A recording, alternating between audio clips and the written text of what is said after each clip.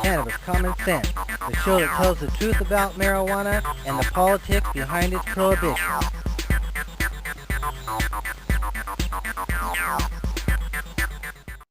Hello and welcome to another exciting edition of Cannabis Common Sense. We have a great show for you again tonight. We have Mr. Stephen Clarke with heavengrown.com, a hemp and hempcrete and bio-natural substance construction person. He's a wonderful resource. We've known him for about 5 years. And so stay tuned for a good interview with Stephen Clarke from heavengrown.com. We'll be back with a short but sweet hemp news segment. So stay tuned as we bring on our infamous dancing cannabis lead. I feel the force.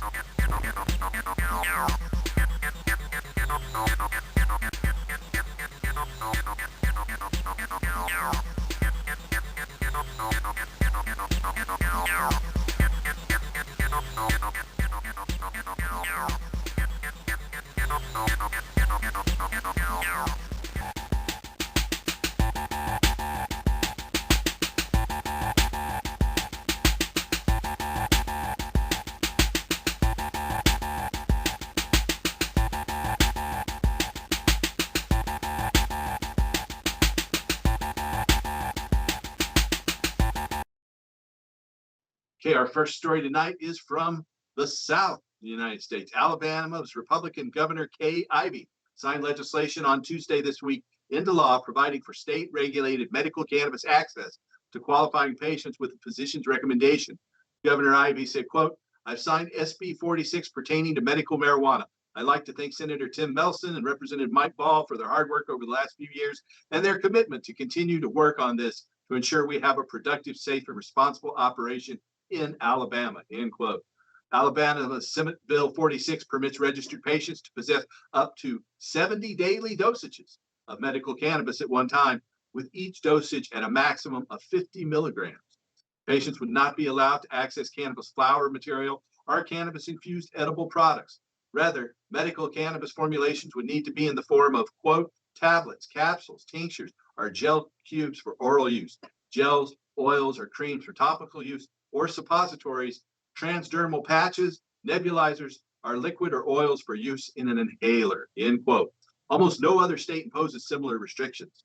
Eligible patients must be diagnosed with one of 15 eligible conditions, including chronic pain, epilepsy, depression, and multiple sclerosis. Under the new Alabama law, medical cannabis products would not be a first-line option for patients, as physicians would only be able to make recommendations, quote, after documentation indicates that conventional medical treatment or therapy has failed, end quote. Those under 18 would be limited to low THC products. The bill also includes a 9% tax on medical cannabis sales. Business licensing applications are expected to be available by the fall of 2022. The measure takes effect immediately. In Montana's Governor Greg Gianforte, Republican, on Tuesday signed House Bill 701, landmark legislation that implements and regulates the recreational marijuana program that voters approved in a ballot initiative last year, and funds a substance abuse prevention program that the new governor has championed since his first days in office. The bill, sponsored by Rep. Mike Hopkins of Missoula, followed a long and bumpy path to the governor's desk, emerging among a slew of other proposals in the back half of the legislative session. Even on the 67th legislature's final day, the Senate considered an ultimately failed proposal to alter SB 701's carefully negotiated taxation and revenue allocation structure and significantly tighten medical card requirements. Under SB 701, retail sales of recreational marijuana for adults 21 and older will begin in January of next year. The half of Montana counties that voted for I-190, the ballot initiative legalizing adult use cannabis last November, will have recreational cannabis in those counties by default, while voters in the other half of the counties will have to take an affirmative action to bring recreational marijuana into their counties if so desired. Recreational cannabis will be taxed at 20%, while medical marijuana will retain a 5% tax. The bill also moves operation and regulation of the state's medical marijuana program from the Department of Public Health and Human Services to Montana's Department of Revenue. And it creates a special drug court to handle the review and possible resentencing or expungement of past marijuana-related convictions, a key goal of criminal justice advocates for the program. Our next story tonight is from Mississippi. Justices of the Mississippi Supreme Court ruled 6-3 to overturn a November 2020 vote legalizing the production and dispensing of medical cannabis to qualified patients. On election day, 73% of Mississippi voters decided in favor of Initiative 65, which establishes a system of state licensed dispensaries to engage in the retail dispensing of cannabis and cannabis products to patients who possess a doctor's authorization. Just prior to the vote, officials representing the city of Madison, Mississippi, including the town's mayor, filed suit arguing that the legislature's failure to update guidelines for petitioners should invalidate the initiative vote. A strong majority opposed the Mississippi Supreme Court's decision, striking down both the voter initiative that approved medical marijuana and the entire process that Mississippians can gather signatures to place an issue on the ballot for voters to decide. The poll also found strong support for Mississippi's Governor Tate Reeves calling a special session to give legislators the opportunity to reverse the actions of the state Supreme Court. While Governor Reeves has not called a special session, a diverse set of politicians ranging from Republican Speaker Philip Gunn and Secretary of State Michael Watson to Democratic Northern District Public Service Commissioner Brandon Presley and House Democratic leader Robert Johnson, they voiced support for a special session to reverse the Supreme Court's stopping this medical marijuana law. Mississippi's Lieutenant Governor, who presides over the Senate, has not commented on whether he supports a special session. The Mississippi Supreme Court took the rare step of releasing the controversial decision last Friday afternoon. The poll was conducted quickly after that by Mississippi-based Chisholm Strategies. Chisholm done support work on medical marijuana initiatives that was approved by voters. The poll found almost 60.9% of respondents opposed the Mississippi Supreme Court decision, while 22.3% supported it. In addition, 59.6% support the governor calling a special session on medical marijuana, while 20.2% oppose such an effort. In a dissent, Mississippi Supreme Court Justice James Maxwell II wrote, quote, "Not only is this particular initiative dead, but so is Mississippi's citizen initiative process," end quote. Legalization opponents have shown time and time again that they cannot succeed in either the court of public opinion or at the ballot box. Whether or not one supports marijuana reform, Americans should be outraged at these overtly undemocratic tactics. And as a result, the most vulnerable Mississippians will continue to be denied safe access to a therapy that could offer them significant relief from severely debilitating medical conditions. In Minnesota, members of the Minnesota House of Representatives approved legislation, including provisions permitting registered medical cannabis patients to access medical cannabis flowers. A bicameral conference committee approved the policy change as part of a broader omnibus bill related to healthcare. House members then approved the report Monday with a vote of 77-57.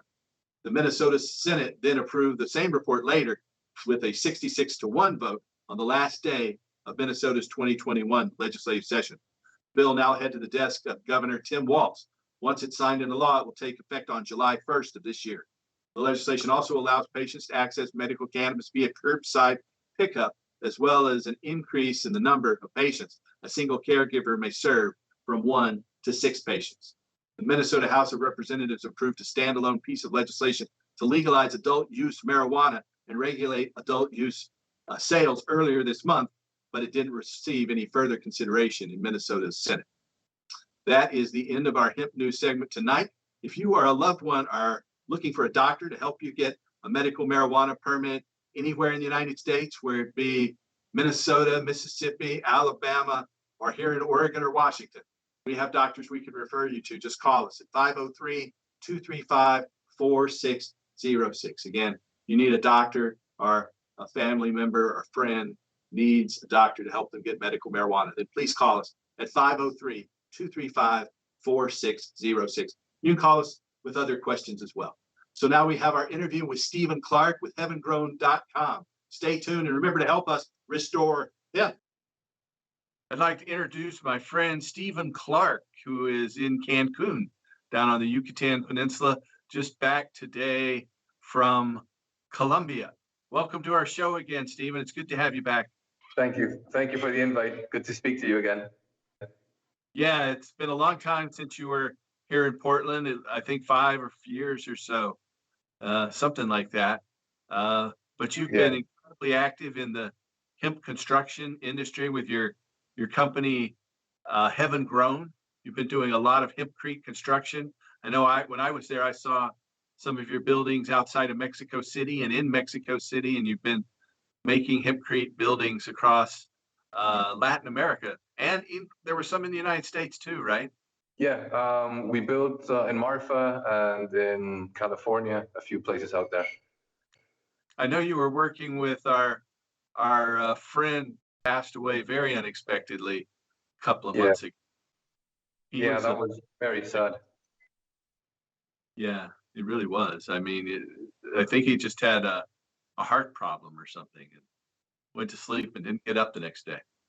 Yeah, he was a bit sick already he had diabetes and he was a bit not doing so well. But yeah, he basically didn't get up. But through him, he connected us through a project that we're now taking along for construction in Puerto Rico. And he was very active with the whole hemp building. It was one of his, I guess, his strengths, the hempcrete. I know he had been active in Holland back when they were doing their coffee cups and stuff as a young man. I ran into him all over Latin America doing hempcrete presentations and with the Hemp Building Association. Now, I wanted to interview him and he had agreed to it, but I should have done it sooner. That's all I can say. Yeah. Anyway, so Dion Markham, he was a great person. But anyway, you've been working with Heaven Grown, and why don't you tell us a little bit about it? Yeah, well, we've been, like you say, actively working, trying to get hemp legal over here in Mexico. Right now, we have permits that we can grow as much as we want. So may it be THC or hemp. So we're trying to push forward, not only that it's your human right that you can use cannabis, grow as much cannabis, but to also use or exercise that right so that people can grow their house. So if you can grow unlimited amounts, you just grab 1 hectare of land, which is like 2.5 acres, and you grow your house. So we also are making a website called Growing for Them, in which it's going to have many videos which are open source on simple videos on how to grow hemp, how to process it in a simple way, how to make the herd, and how to make a small brick, and eventually you make many bricks so that you can make your house. So we've been actively working in Mexico and now currently as well in Colombia, because Colombia has a fantastic framework for, at least for cannabis in all the realms. So we see that there's a very big potential over there to start more than activism in small scales and just like 1 hectare or 10 hectares. We're looking to start a field which is 100 hectares. We're not going to start all at once. We will do our field trials, then expand 30%. And then hopefully, if everything runs good, we can go to full capacity. I see, and that's in Colombia. That's in Colombia, yes. Colombia's laws have really come far with medical and industrial hemp. And they're talking about recreational as well. But there have been some real setbacks here with the police and the riots, and armed people are dying in the streets there now. There'd been peace when we first went there, when they had the first Expo Mediweed in Medellin. The peace treaty had just been signed. Everything looked wonderful. But now with the conservative government, they're cracking down on the people. You want to tell our audience about that? How uninformed we Americans generally are. Well, it's a hard situation what they're living down over there. The government it all kind of came across because the taxes were there was going to be a reform on taxes that was going to go. They were going to tax. 1 egg was going to cost like, I don't know, 50 cents of a dollar. So maybe that's what they cost in the US, but that in Colombia would be, basically nobody would be able to afford eggs anymore or the basic services. So as they've had the pandemic and they've been in a very heavy lockdown, the economy hasn't been the best. So now the government wants to kind of regenerate the economy by taxing the very poor. So that's crazy. That's a terrible move. Have economic growth by taxing the poor. It's a recipe for depression, and not to mention a revolution that the people are angry that they can't buy eggs and milk and food. Exactly. And so the people went out to march and protest, and the government kind of tried to stop them, trying to teach a lesson. But unfortunately, things became quite violent on both sides. So now, I guess people don't want to go back to how it was with the guerrilla, because Colombia used to be very dangerous. If you're a foreigner, there was like 100% chance you're going to get kidnapped and The crazy guerrillas stories. There's a civil war for 50 years until 2016. Exactly. So now we're just literally seeing the peace and this new government trying to stabilize the country, but they took a very wrong decision in that sense. Even though they were all throughout the whole pandemic, Colombia has been saying that they're going to recover the country through the use of cannabis, because that's like their stronghold. But unfortunately, they've taken quite a while, mainly because of the taboo that people have behind it. In Latin America, there's always like a very big, like, "Ooh, no, cannabis, we don't want it." But that's literally what Colombia's fighting. But they have a fantastic. Takes a lot of education to change that mindset. That's what this TV show's been about. It'll be 25 years in October, and education is the way we changed hearts and minds, and got the word out there. And It's a long process. It's taken a lot longer than I thought when I first went to my first marijuana rally back at the White House smoke-in 1978. At that point, we thought, oh, by the early 80s, it'll all be legal, until Ronald Reagan came here. Exactly. That's like that Bill Hicks joke, that God created cannabis, and on the seventh day he smoked a joint, and then he wept, and so he created Republicans or something like that. But anyway, that's literally what we're struggling here in Latin America, because cannabis use, or if you smoke recreation or whatever, people see it as you're a drug addict, you're a criminal. Those are the two things that are tied up on it. So whenever anybody smells cannabis on the street, people think crime, people think something's going to happen to them. And the children, it's always about the children. But it's very funny because we're a Catholic country, or the majority of the religion is Catholic. And people celebrate the baptism of young kids, newborns, and it's like their holy thing because they're becoming part of the world, or the religious part. But we celebrate that with toasting alcohol, cheering with alcohol. So that's perfectly fine to be drinking in front of minors and smoking cigarettes in front of them. But God forbid that we smoke cannabis. So that's what we're trying to actually fight, because most people don't know that you can build a house out of hemp, that you can make a car out of hemp, that you can make your clothes out of hemp, you can make medicine, that you can make batteries. So all these things for countries like Latin America that supposedly were in crisis, we call it, like the Brazilian says, "Pare de sufrir," stop suffering. It's just it's the basic things, and we know the governments are not going to attend this problem. NGOs, nobody's really going to help the people that don't have anything except themselves. So that's why we're creating these kind of programs. I know there's a big gap that some people don't even have electricity or cell phones, so some people won't even be able to watch certain videos on how to grow your house or make your brick or make your textile. But we need to try and, like Nikola Tesla used to say, the force that holds back the human the most is ignorance, or the force that retards human the most is ignorance. And the only way that we'll get through it is by systematically passing on the knowledge. So how do we pass on? Exactly. How do we pass on this knowledge that everybody, like yourself, you had the first tree-free hemp paper company, in the 80s. Paper was around before that. Paper was invented from hemp more than 2,000 years ago in China. That's what we know anyway. And there's a whole myth around that about how it was invented that isn't exactly true, like most 2,000-year-old myths. Exactly. It's about education. I always tell people marijuana prohibition was never really about drugs. That's all just a smokescreen. Marijuana prohibition has always been about money and power and the continued centralization of economic and political control. And we see that with these governments in Colombia, here in the United States. Too often they kowtow to the wealthiest people who pull their strings and give them favors instead of the people. And they look at themselves as rulers instead of servants. And Correct. We need to instill the virtue of being a servant to the public and to work for the greater good instead of just for pure personal gain and stab the other guy in the back. Well, anyway, This is No, but I understand. That's what ideally the plant is about, because it gives you shelter, it gives you food, it gives you water, it gives you clothing, it gives you energy.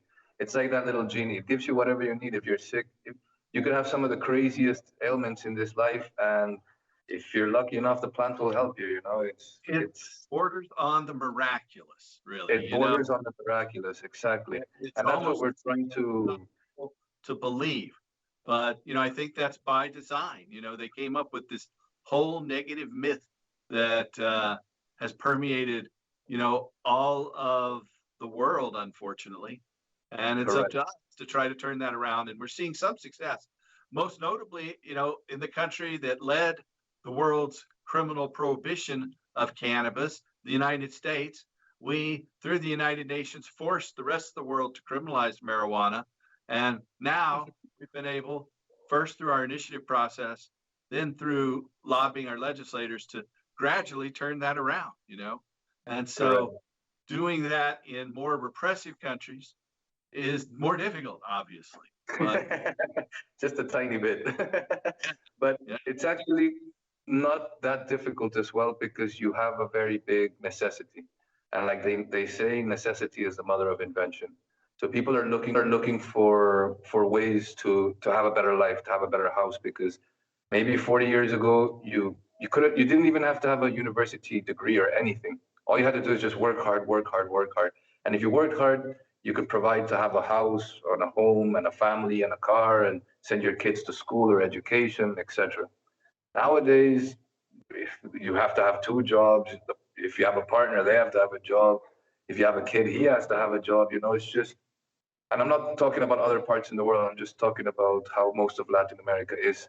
So unfortunately, it's very easy for people to get go, I guess, down the path of the narcs and the sicarios and the shooting and the guns, because they offer them a better future, to call it that way. The other one, people know that even if you work six jobs, you're not going to be able to afford or to get out of the bubble that you're in, or get out of the poverty that you're in.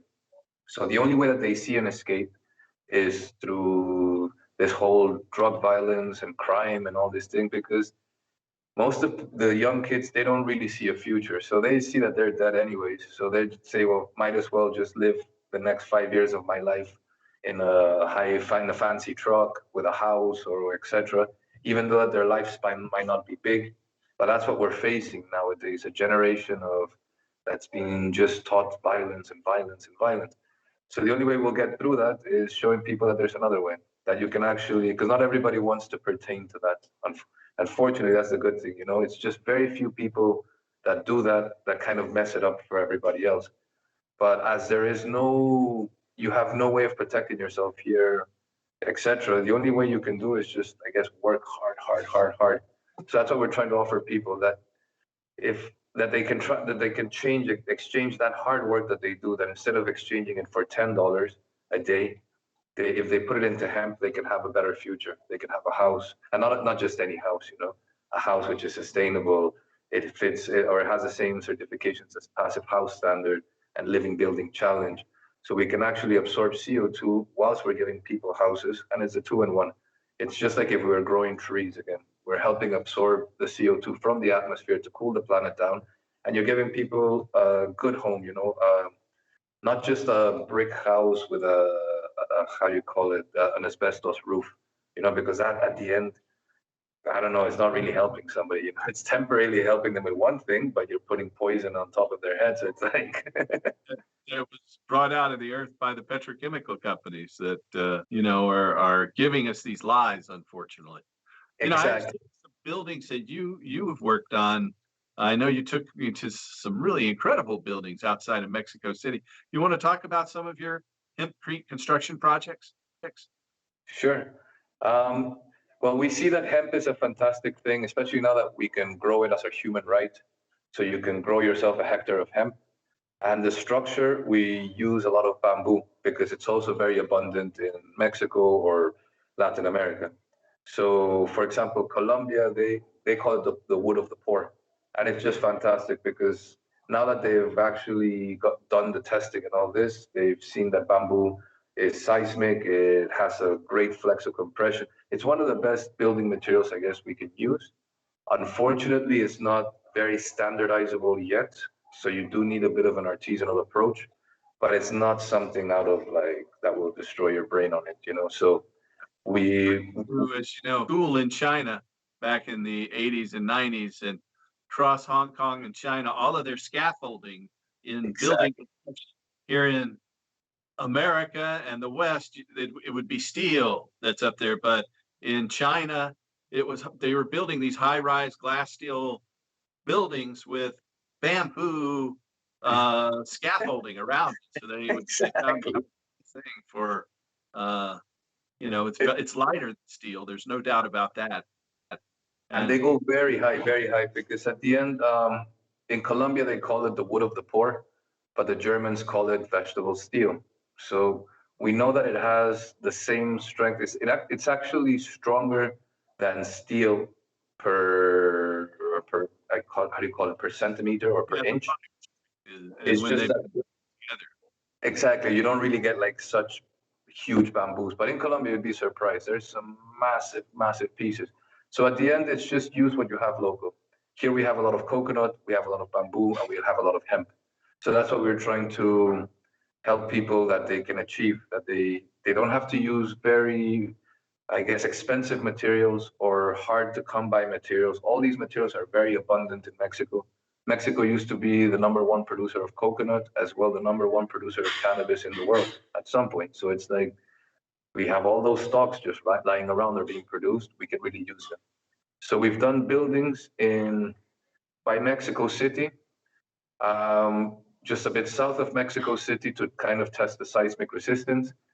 There we've done the first building which incorporates bamboo and hempcrete. Then that's the village you took me to about that's four or the five one. years ago, right? The Exactly. walls were just incredible. You had some mineral, almost like a glass finish on those walls. That was It's incredibly art, and it was it's a beautiful. beautiful technique that we learned from a French plaster, well, he's a plaster master.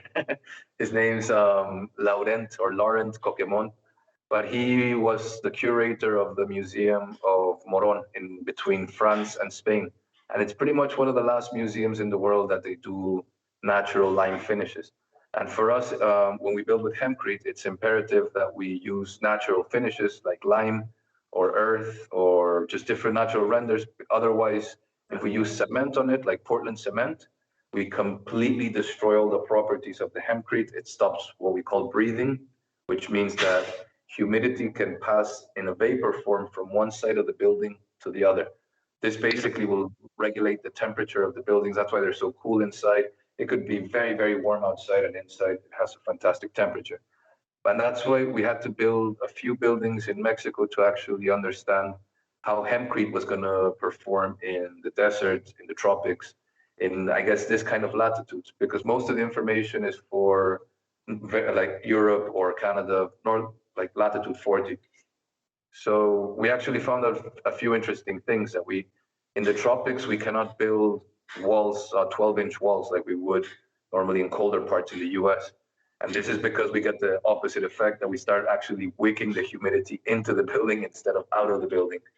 So those little issues, in the books, it says do it 12 inches, do this, do that. And unfortunately, we had to, I guess, mess up an installation by doing what the rule of book said, and literally by empirical data find out that it wasn't like that. So it's been a very interesting journey to be able to install hempcrete in different regions. But the good thing is that it really works how people say, even in the heat, even in the tropics, even in the warmth. So we really believe that it's one of the best materials for Latin America, especially without all these crises that are going on, that people can basically grow their houses.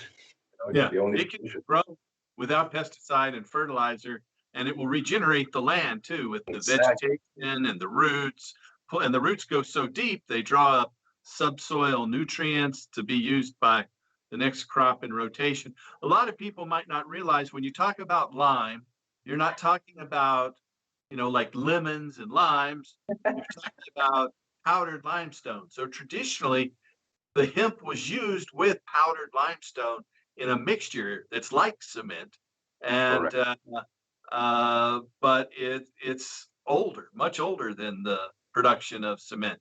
These hempcrete buildings were, maybe tens of thousands of years old. I mean, at least So, 3 or 4 thousand that we can see what's left of them anyway.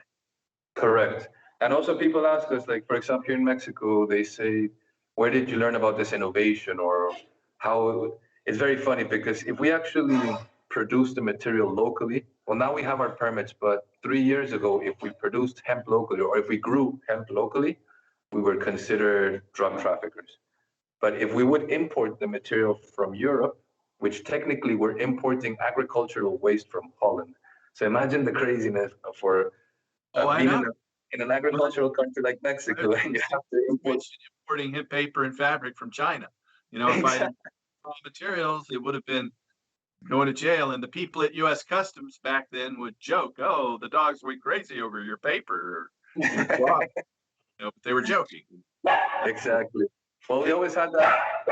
Oops, sorry about that. We always had that with the houses.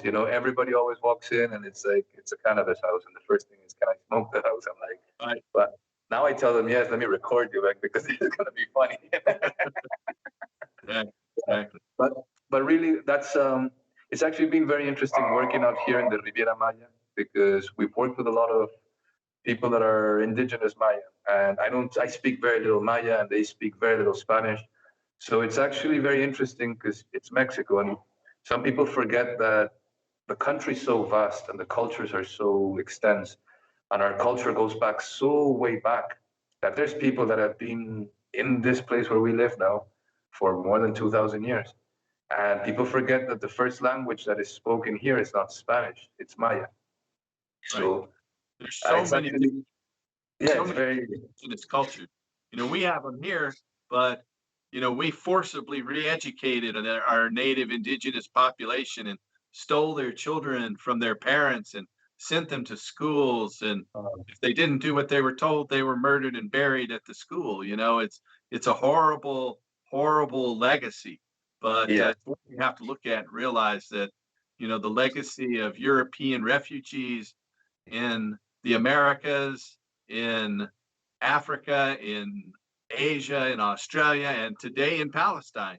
The European refugees are hell bent, I think is yeah, a good word, on destroying the indigenous population and taking everything they can and acting like they're defending themselves from terrorists or something.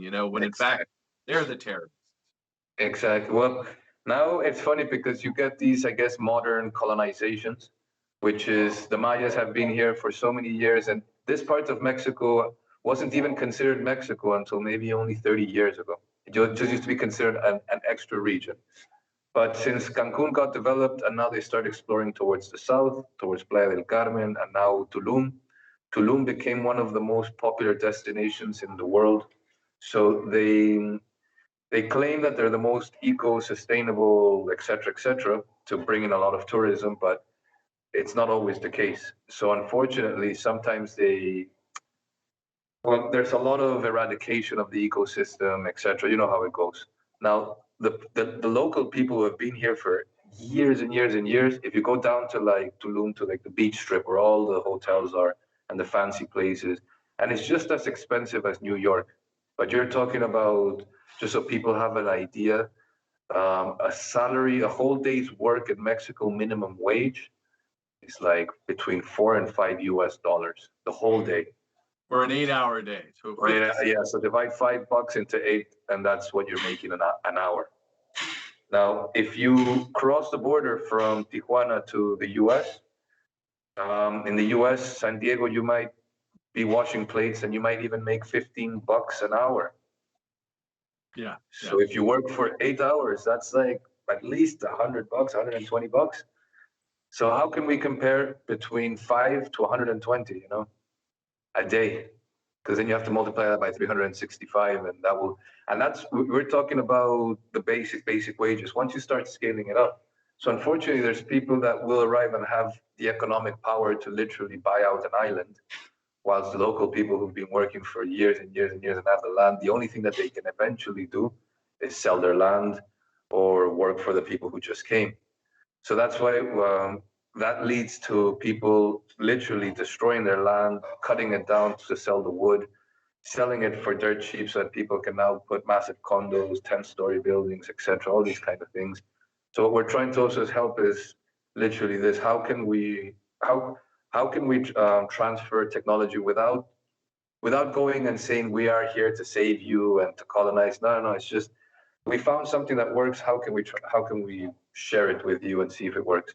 So we did an example of working with a crew of people that they didn't speak Spanish, we didn't speak Maya, and we managed to build a little building in like 3 days. Not a very big one. It's a Mayan house, what they call a traditional Maya house, but it's what would you call it? Like a 400 square foot home, and built in 3 days. But the people at first, they didn't really know what we were doing. They would kind of laugh because they would say that the fiber was going to break down and the mice were going to get into it, and that we needed to build with stone and cement, otherwise it's not going to work.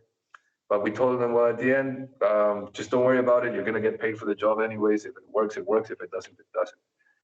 By the last day when they were installing it, they were so happy on the way the system works that now there's 4 Mayan local companies that build. They don't build with hempcrete because it's not local, but we also show them how to build with cococrete, or we call it now cococrete, which is with coconut fiber. So now there's at least 4 active local crews that go around Tulum offering the services to make just cococrete buildings or houses or walls, and they don't even get referred through to us anymore. So we find it great because not only does it refer the point of what we're trying to do, that it works, but there's people that are adopting the method, and we're not making a monopoly. We're distributing the work. So now they go directly to the Mayan people and ask them, do you do cococrete? They say yes, boom, they have a job. So you're kind of re-educating. It's not really the word re-educating. You're just showing people a new technique that can help them out for like the way we're living now.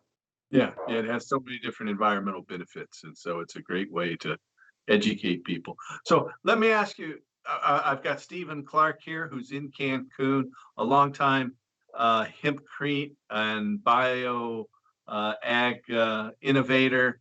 I think we first met down in, was it Uruguay or Santiago, Chile? It was no, Uruguay. Yeah, it was in Uruguay at the Expo Cannabis. I think that was the first legal cannabis event when Uruguay, as the first nation to legalize marijuana back in, I think it was about 2016. Correct. That Expo Cannabis was their first cannabis event. So that's where we first met, I know. And we've run many different events. And you've been here in Portland working with us at times since then.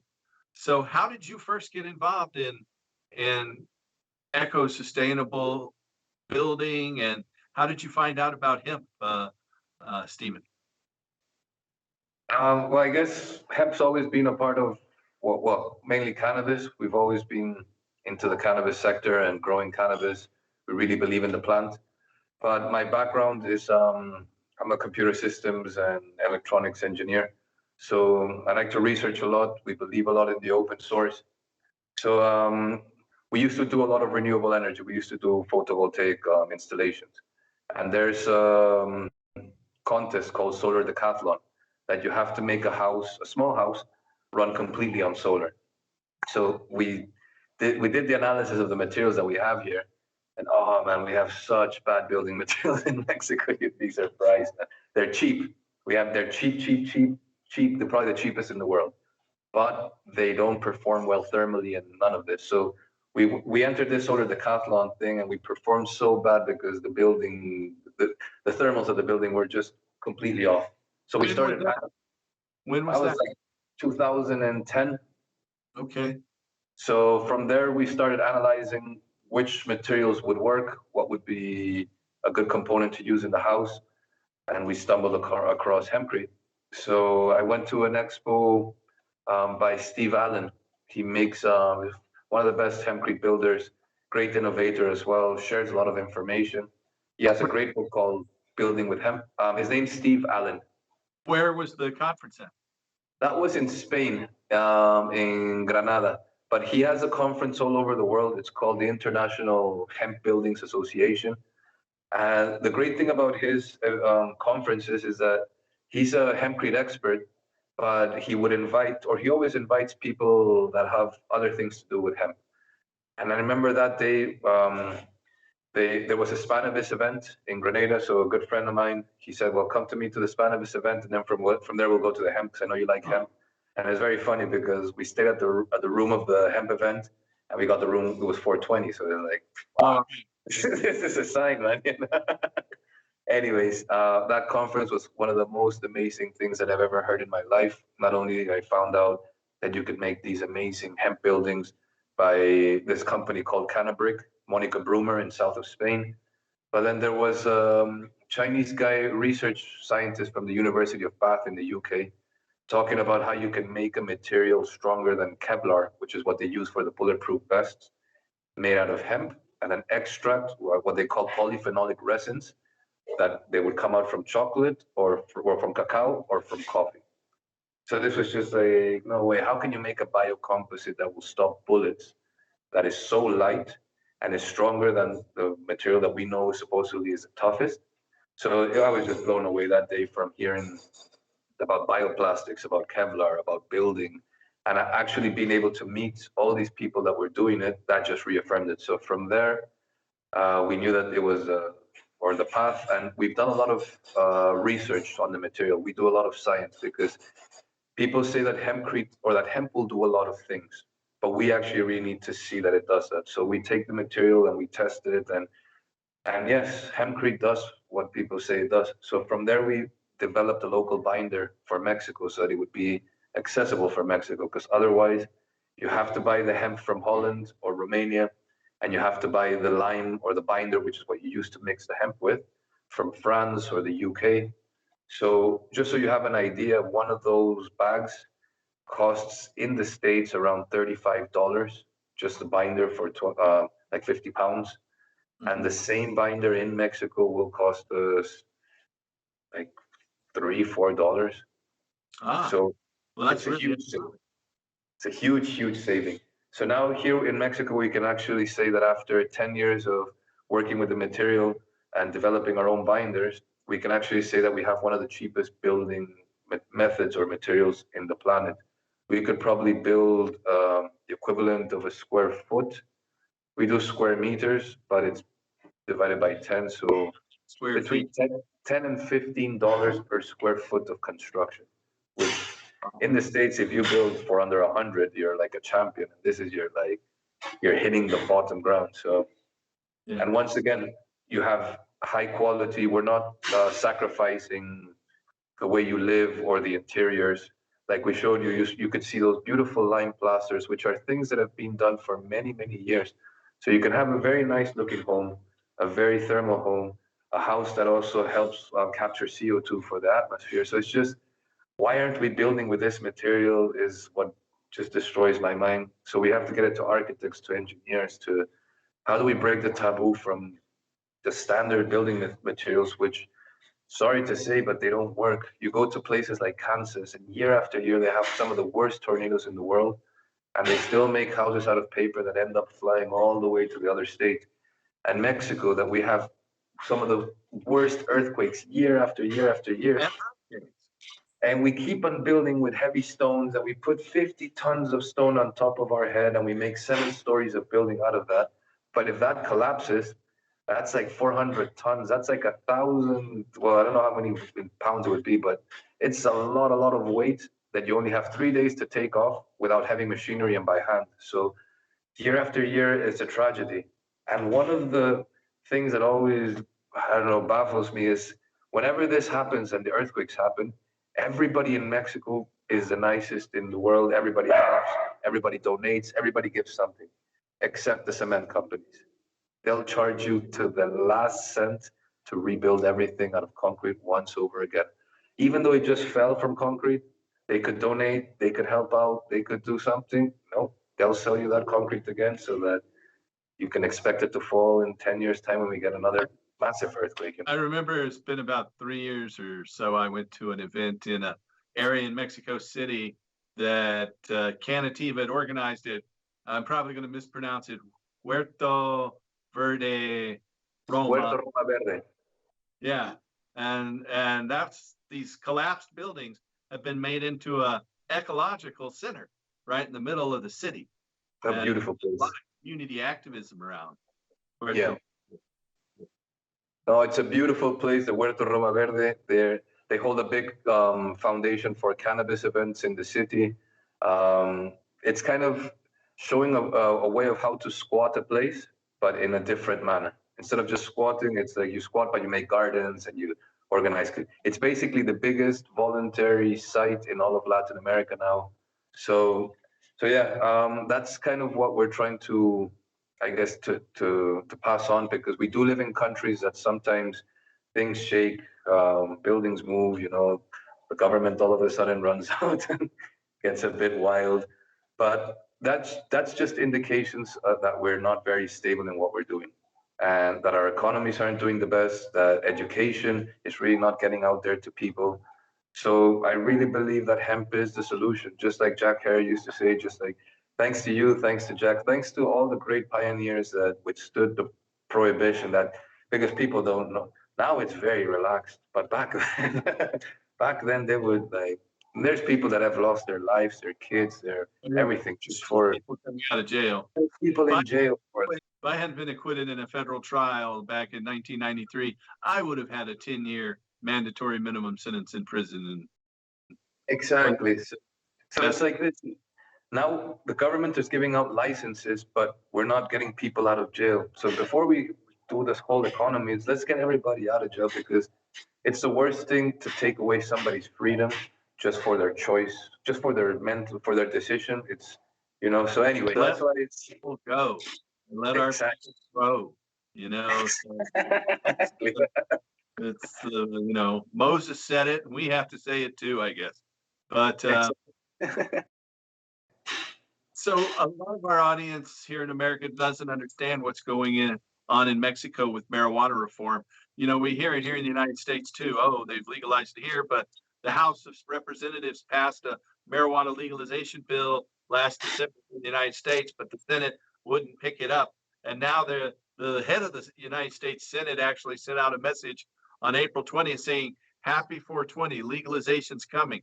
And so, and back in 2013, I was the keynote speaker at the New York City Cannabis Parade. This year, the United States Senate Majority Leader, Chuck Schumer, was the keynote speaker at the New York City Cannabis Parade. Oh, wow. So but in Mexico, it's being led by the Supreme Court, and it's based on human rights. Do you want to explain to our audience how this has come about in Mexico and how the Supreme Court has been driving the legislature? Yeah, well, it's Mexico has started legalizing, or they started the process of legalizing since 2008. That was like the first, I guess, addition of any rule that you could have up to 5 grams of cannabis, you could have up to a gram of cocaine, you could have a whole list of things, but it was just your personal consumption. But never was it listed how you could grow or any of this. So around 2015, they started doing a legal action. I don't know how you translate amparo in English, but when the government takes a decision that they're violating your human rights, and in most Latin countries, we have human rights, which is different from the US, which you have civil rights. And when people ask me what the difference is from a human right to a civil right, I always tell them Guantanamo Bay, man. The US can just pick you up, throw you in jail, and there's nothing you can do about it. You can't appeal. So that's the word, appeal. It's the amparo. So there was an appeal made to the Supreme Court that you met Raul with Grace, with his daughter, that they could import cannabis for a girl that needed epilepsy. So it was kind of like Charlotte's Web in the States, but the first case was won so that she could import that. And then they had to do 5 cases in a row that the Supreme Court ruled in favor, basically saying that the Mexican law is unconstitutional. So it took 5 cases. It took approximately like 4 to 5 years. But since 2018, the Supreme Court said or mandated that the Mexican government change its laws, that it's unconstitutional and that if they don't do it, they're just basically going to strike wherever it says cannabis, it's going to be off the books. Just like what Jack Herr wanted to do with his cannabis reforms. Is like, wherever it says cannabis, just erase it, erase it, erase it, erase it. There you go. That's our cannabis reform. So, anyways, that's what we're doing now with our human rights. So, as the 5 cases have gone by, every Mexican citizen or even resident, so you could be a foreigner, but if you have a residence in Mexico, you go to the FDA and you ask for a permit to grow your cannabis. They naturally deny it. You go that to a court, they call it the Third Circuit Court. It's just like a civil court. You win the case, and then you go back to the FDA or the equivalent of the FDA, and they give you, which is one of the weirdest things that nobody knows, because it's not a permit, it's not a license, it's just an authorization that it says, we understand your human rights, so we exclude you from any law that says cannabis. So that just left a great hole in Mexico, because there's a lot of people that we have this paperwork, and it says that it's our human right to transport, to grow, to process, to utilize. I could do basically anything you want except commercialize THC. So this is what we're trying to, I guess, like, we have our foot inside the door, because the Supreme Court said it's our human right. Now, the only problem is that this already has been 3 years since that was mandated, and the government Jump back and forth between the Mexican Senate, which passed it, and the House or delegates is what it's called, the equivalent of our House of Representatives. Exactly. Now, the only thing with that is that the first law, the laws that the senators are passing, any law that criminalizes a user in Mexico goes against your human rights. So then it's basically those laws will get thrown back. So this is what they're not understanding, that they made a great framework, but it still criminalizes us. So if you have over 250 grams of cannabis in your possession, then you go to jail. If you have more than 5 kilograms, you get sentenced like a drug dealer and go to jail. So it's what we're telling people is, if the Supreme Court already said that it's unconstitutional, that we can have as much as we want because it's our human right. If I ask people, how much water can you have? Or much easier, something that people understand closer to cannabis, how much alcohol can you buy at any given moment? How much alcohol can you transport if you have a semi-truck, You can show up at a whatever store, Walmart, Sam's Club, whatever it is in your region, ask for all the alcohol that's there, ask for what's in the back, place an order, and all they're going to ask you for is your credit card. That's it, because it's your right. And that's what we have now with cannabis, that we don't have to register ourselves. We don't have to have a limit of what we can transport. I now fly, we call it the Paul Stanford now. I always pull a Paul Stanford, man, and it's not a problem. The other day was very funny, man, but I was going to the airport. I had my personal consumption, which was like a pound. It was like half a kilo. So normally I check it under the documented on the plane. But this time I got there really late, so they told me, well, if you catch the plane, but you have to go like with your suitcase to the plane, you can get on it. And I was like, oof, I have to run through X-ray machines with like half a kilo. I was like, all right, a la Paul, man.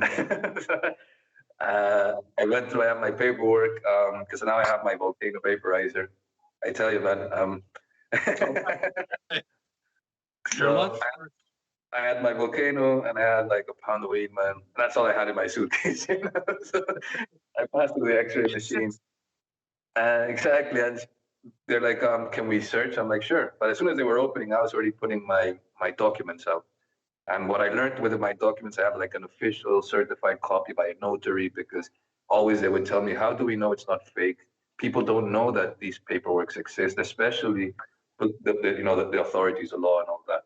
Yeah, at the airport. So, exactly. It was very funny because like the guy's face when he opened, he's like, what's this? He was like, oh, that's my vaporizer. And he's like, what's this? And he's like, oh, well, that's my cannabis. And his face, he didn't know what to do, because he was like, listen, man, in like the 10 years that I've been working here, never has anybody just crossed in front of me with half a pound of weed right in front of me and told me straight up, this is my flower. And I told him, well, welcome to legality, This is a new world. This is a new legal world. So he's like, well, I don't know what to do, but I still have to call my boss, and my boss is the National Guard, you know? He's like, well, if you say it's legit, everybody's gonna come, and everybody came. There was like 10 supervisors, almost like the whole army of National Guard came, and the lawyer of the airport was even there. You know, they were all just waiting for like the moment to like film me and take me away. And the commander just came. He saw as they're federal. He saw it's a federal document. Sorry for your time. You can go now. So this is what we're trying to like push now. You've met Pepe Rivera. He's growing. He's grown more than 4,000 plants outside of the Mexican Senate. He holds everything. He holds forests. This year's 420 was probably one of the best 420s. The marijuana smoking section in front of the national capital in Mexico City.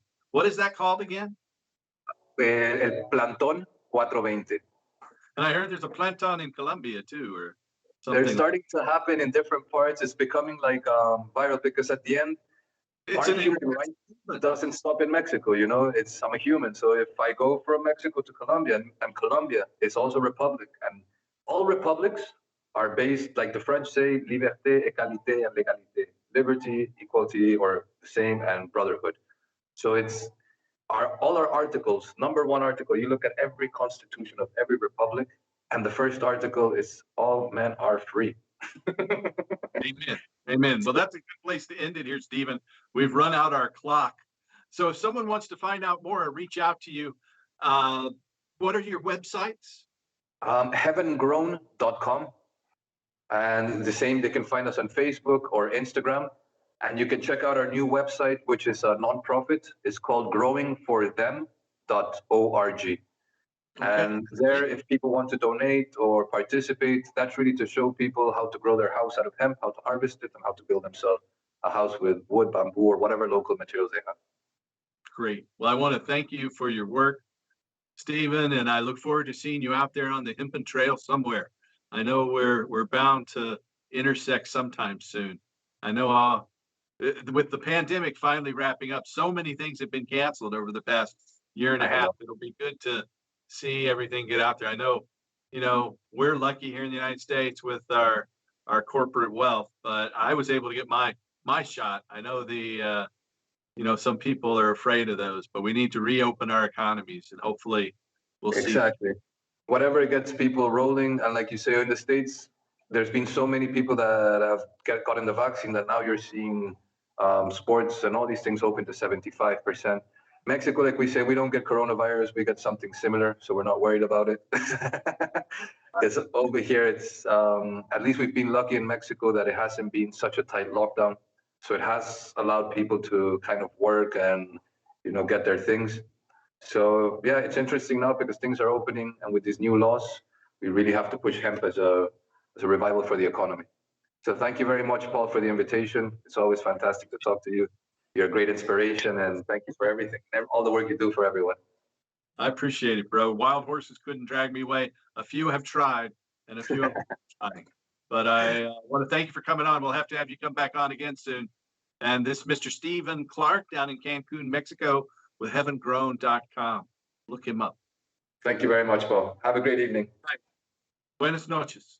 Buenas noches, amigo.